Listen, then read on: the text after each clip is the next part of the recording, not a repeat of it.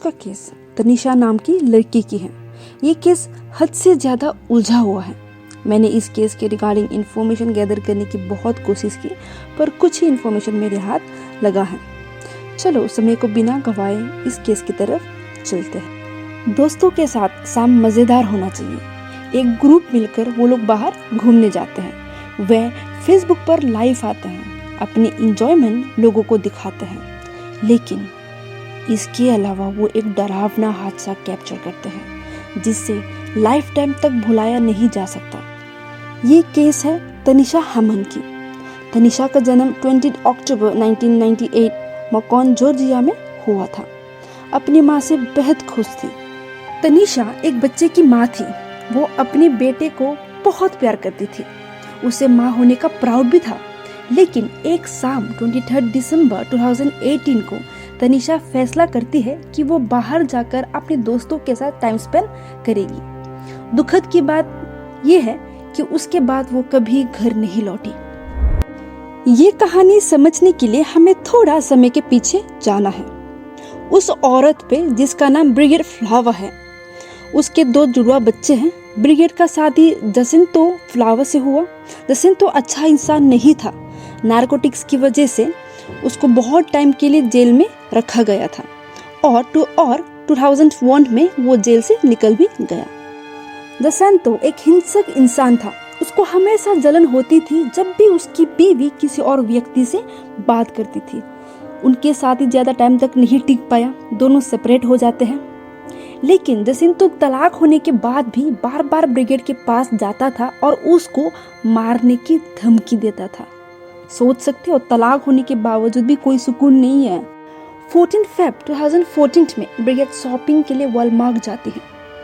अचानक से Jacinto brigade के सामने प्रकट होता है और फिर वो उसके मुंह पर मुक्का मार मार के उसको बेहोशी की हालत में छोड़कर भाग जाता है। और ये सब जो वहाँ पे हुआ था, ये सीसीटीवी कैमरा ने कैप्चर करके रखा हुआ था। उसका अरेस्ट हुआ। उसके बाद हफ्ते के बाद उसको जेल से निकाल भी दिया। अब देख सकते हो, किसी को मारने की कोशिश करो, धमकी भी दो, फिर भी पुलिस स्टेशन में उसको खाली 1 हफ्ते से ज़्यादा उसको रखा ही नहीं गया। वो जेल से निकलने के बाद फिर वो चला जाता है अपने अधूरा काम करने, ब्रिगेड का खून करना, और वो इस काम में सफल भी हुआ।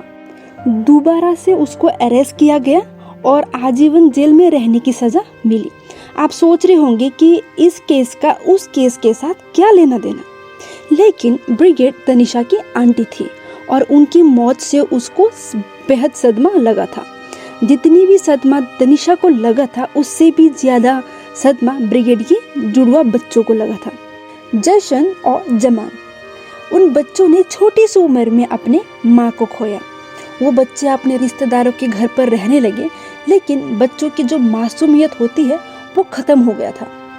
वो अलग इंसान बन गए थे जो हमेशा लूट और मार करते थे, और उनके साइड बाय साइड बहुत सारे दुश्मन भी बन गई थी। चलिए तनिषा पर वापस आते हैं। जिस शाम को वो बाहर गई थी, उसका मिलन उसके जुड़वा भाइयों से होता है और साथ में 3 अलग दोस्त जिसका नाम कहीं पर भी मेंशन नहीं किया गया।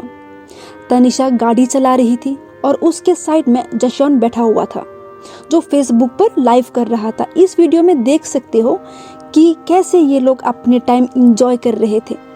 फिर अचानक से गन शॉट की आवाज़ सुनाई देती है। बुलेट सीधा जाकर तनिषा को लगा। ऑन द स्पॉट वो मर भी गई। जितने भी लोग वहाँ पर एक साथ थे, उनमें से किसी को भी चोट नहीं लगी। गाड़ी पलट गई, फ़ोन का कैमरा नीचे गिर गया, सब लोग चिल्ला रहे थे। ये हादसा वहाँ पर जब हुआ था, फिर उनमें से किसी ने पुलिस को इन्फॉर्म किया, बुलाया। जब तक पुलिस वहाँ पर पहुंची, उन्होंने तनिषा की डेड बॉडी वहाँ पर पड़ी हुई मिली। आधा शरीर ड्राइविंग सीट के नीचे था और पुलिस ने उसे डेड घोषित भी कर दिया था। जशन ने बाद में पुलिस को बताया कि वो लोग उसे मारने आए थे, न कि तनिषा को। तनिषा ड्राइविंग सीट में थी, वो गाड़ी चला रही थी, इसी कारण उसके वहाँ पर मौत हो गई। जशन ने ये भी कहा कि काश उस दिन मैं गाड़ी चलाता तो जान मेरी जाती, ना कि उसकी। 12 घंटा तनीषा की मौत के बाद तनीषा के माँ के घर को आग लगा दिया गया। फिर कुछ महीनों के बाद 3 दोस्त थे जिनका नाम मेंशन नहीं किया गया, उनमें से एक को गन शॉट से मार दिया गया। इस केस ने मोहल्ले को डरा कर रख दिया और कुछ लोग ऐसे भी थे जिन्हें अपने घर में भी सेफ फील नहीं हो रहा था। अथॉरिटीज ने तो ये भी कहा कि तनीषा 40 नंबर केस है, 40, जहाँ पर हत्या हुआ, और एक ही साल में इतना सारा केस, वो भी एक ही एरिया से। वहाँ के लोग डर के मारे अपने बच्चों को बाहर खेलने के लिए भी नहीं लेके जा रहे थे। आप खुद सोचिए, एक ऐसी सोसाइटी जहाँ पर बाहर कदम रखने से भी डर लगता हो, कितना स्कैरी होगा वो जगह। Cameras saying they were fearful for their own safety since the killer could still be on the loose. वो जो लाइव फुटेज वीडियो था वो वायरल होने लगा all over the internet. Facebook ने तो उस फुटेज को डिलीट भी कर दिया। फिर भी कुछ लोगों ने जैसे तैसे करके वीडियो को निकाल कर दूसरी प्लेटफॉर्म पर अपलोड कर दिया। तनीषा के फैमिली को रिक्वेस्ट करना पड़ा फुटेज को डिलीट करने के लिए, क्योंकि वो लोग नहीं चाहते कि तनीषा के बच्चे बड़े होकर उस वीडियो को देखें। Please take it down. Amari's not gonna be a baby forever. Her son's gonna have a social media one day. I would hate for him to come across that video. आज का जो case था ये बहुत ही ज़्यादा confusion है।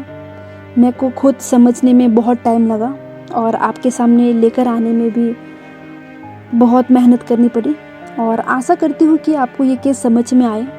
आज के लिए यहाँ तक ही। मिलते हैं आपसे अगले हफ्ते एक नई कहानी के साथ।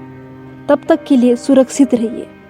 अगर आप मेरे चैनल में नए हो तो चैनल को सब्सक्राइब कर दीजिएगा और साथ में बेल आइकन भी प्रेस कर देना। Thank you.